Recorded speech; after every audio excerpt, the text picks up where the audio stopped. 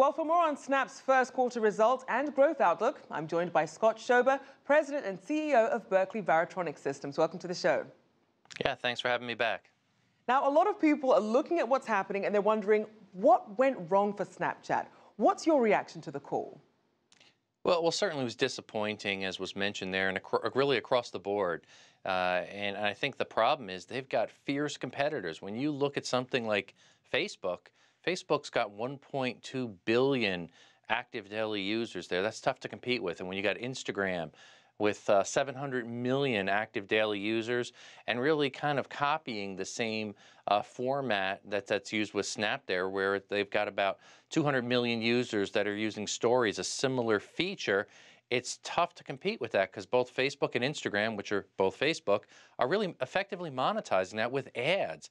And Snap has not been able to do that. In fact, their revenue per user's dropped from about $1.05 per user down to about 90 cents per user. So that's concerning. Even if they do grow the physical number of users, which is good, they really got to take that to scale sooner. So the prospect where shareholders will see a profit may be more like a year or more likely 2 years down the road if they can really increase their subscriber base. Now, you mentioned monetizing and obviously increasing user growth, obviously always a key challenge when it comes to these social media platforms. So how does Snapchat's relationship with advertisers, how is that helping things? Well, what's really good there, and I think what must be highlighted, the sweet spot, as they say, for Snap is really their user base. They do have some unique demographics there, and that's what really shines, and I think that's where they can actually get some advertiser dollars there going forth as they go to scale.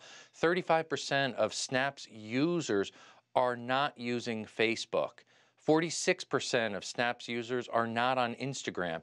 And that does hold to some value there. If you think about it, it's kind of the tweens there, the younger age, that 10-year-old up to the 25, 30-year-old. That's a sweet spot. Facebook and Instagram do not have those same customers, and they need those younger customers desperately so they could really target them with ads.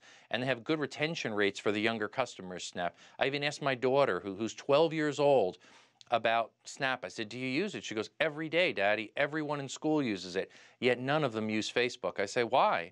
And she said, well, that's for old people. So it helps you to appreciate. It's a younger generation that appreciates and uses Snap. Right. I may not get it, or some older users might not, but certainly the younger ones do. And that's where ad dollars will be targeted. And their users certainly are loyal. So then in terms of expansion, geographically and also beyond social media, where does Snapchat go from here?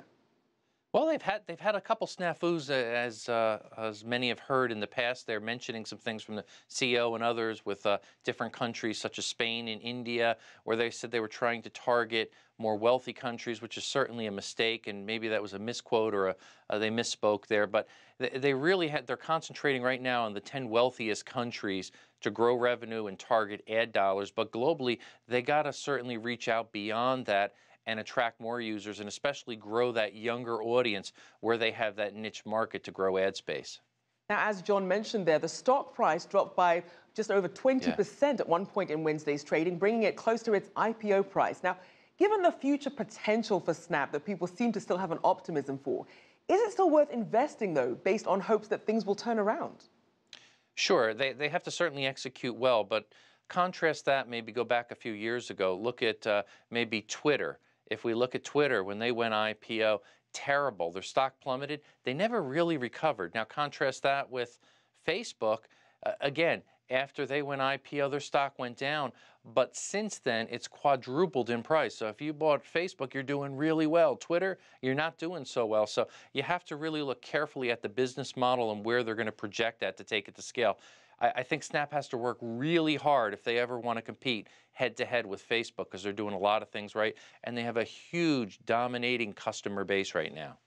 Now, we know that the CEO was saying he was taking a long-term view. So what does Snapchat need to do to really shore up that confidence that it's here to stay and not going to vanish like one of its snaps? Yeah, I think they do have to start partnering and doing more strategic things. Like there's some mention there of they're partnering with Tribeca, these short films and videos that's attracting a lot of attention.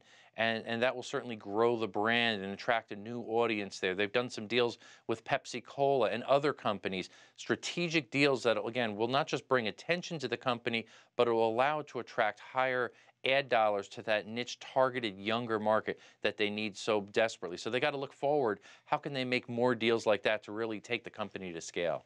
We'll certainly have to see how that plays out. Thank you so much, Scott Shoeber, President and CEO of Berkeley Varitronics Systems.